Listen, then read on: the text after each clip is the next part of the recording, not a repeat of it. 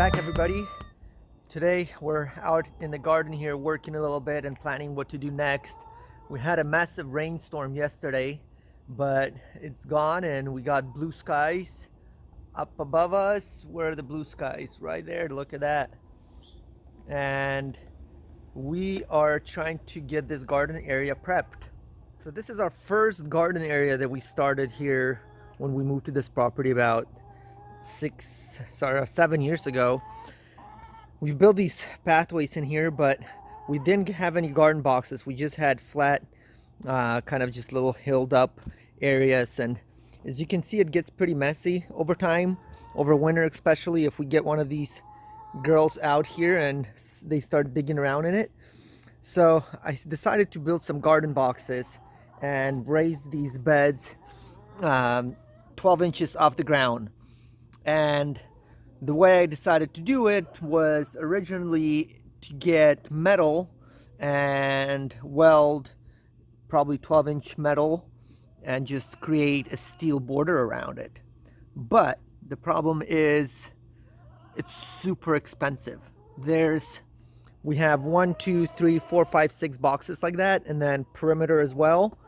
I don't really care as much about perimeter right now. I'm caring more about the boxes around it.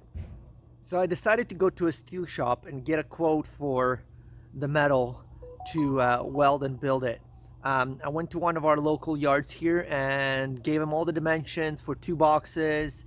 They checked, make sure they have it in stock. They were getting ready to cut it up for me. And then they told me the price, $750 for 2 boxes. So after figuring everything out, it would cost me about $2,000 to build these boxes out of steel, and that's just material. That's not including labor. So steel is an expensive, extremely expensive option. Then I told him that, hey, you know what, I'm gonna talk to my client. It's probably too expensive for my client, and my wife is my client, so we decided that it's gonna be too much. I mean, we're just talking $2,000 for material, plus there's still welding and other little things that's gonna go into it, and it's just way too much. So next step was wood, probably redwood. And when I went and started looking online, I was able to find a local mill, and they were basically rough cut redwood, 12 inches by 2 inches thick. So it's a little bit thicker material, 12 inches tall, but it's still half the price. So we're looking at about $1,000 for all these boxes.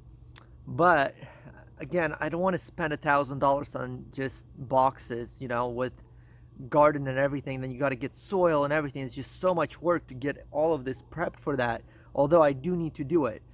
So I started looking around, and luckily for me, I have a cedar redwood log that's sitting out in my front yard that I got free on Craigslist, and I milled some of it up, but I have ability to mill it and create my own cedar planks and rough cut cedar redwood and make my own boxes. I'll go over there and show you the box that I have.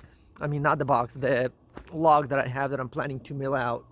Okay, so here's the redwood log that I have. It's pretty much almost 21 feet long. That's almost the length that I need. And it's pretty wide on this edge. If you look at this end, it's pretty wide, probably around 40 inches. I got some slabs cut out from it that I don't know what I was planning with them, but I need to dry them as slabs.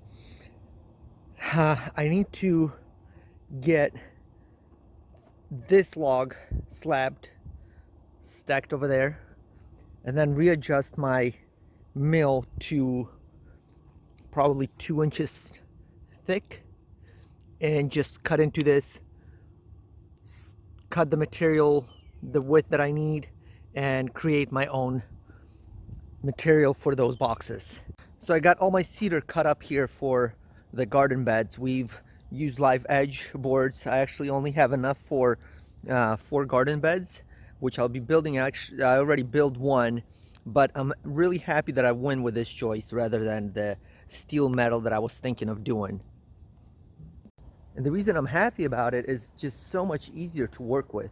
I'll go to our garden bed and show you what it looks like right now and what I did to it.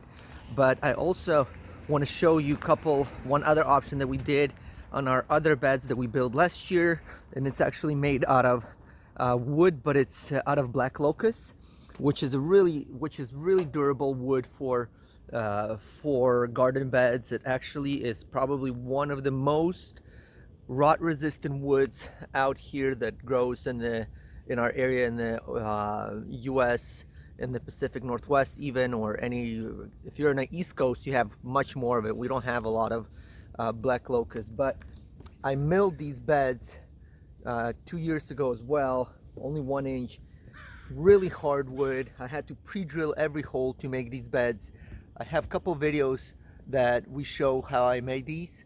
I'll put a link to them if you want to look at them, but we made this garden design that is actually pretty cool. I have some hoops that I put on it and covered some of the vegetable starts that are already grown in it. So that's probably one of the biggest thing with working with wood, is that you can screw things on, you can build things onto it fairly easily. With metal, it's much harder. So this is the garden beds that we built last year. As you can see, they are kind of in the ski hole shape, that we have a sitting area in the middle, and they're really neat to work with, to get to areas around, so that's really convenient. But it was really hard to build. A lot of work went into building these. The ones that I'm building this time around out of the cedar ones are obviously easier. They're just square, so it'll be easier to do on those. So this is the garden bed that we built out of that redwood cedar, and one of the reasons that I'm really happy about wood is that, building a cover on it, adding these plastic hoops to it, all I needed to do is drill holes in, screw on material. Same thing with, securing my plastics. I just use regular screws. I didn't have to weld anything onto it, and it's a really easy process to work with. I'll have another video with more details on how I build these beds, how we put the hoops on there, and then also the covers for the plastic as well. Well, that's how my beds turned out, but there's obviously other material that you can use. You can use 2x6 cedar from the store that you can get at any Home Depot or Lowe's, and that's probably the most common material. You can use also, people use like almost like a 3x4 kind of like posts. That's a little bit more expensive as well, but looks really nice because it gives you a more massive edge to it. But that's harder to come up with. So for a start, 2x6 cedar, getting yourself some redwood like this, I would probably recommend over steel beds, just because of the ease of use of it, the cost that's associated with it, as well as having access and ability to modify it fairly easily later on, whenever you need to add things onto it or put some kind of post to it. It's really easy with wood. With metal, it's much harder to do that. So that's how we did it. I will have a video on how we build these beds.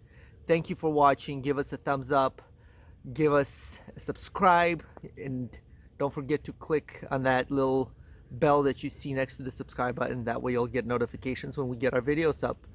Thanks for watching. We'll see you next time.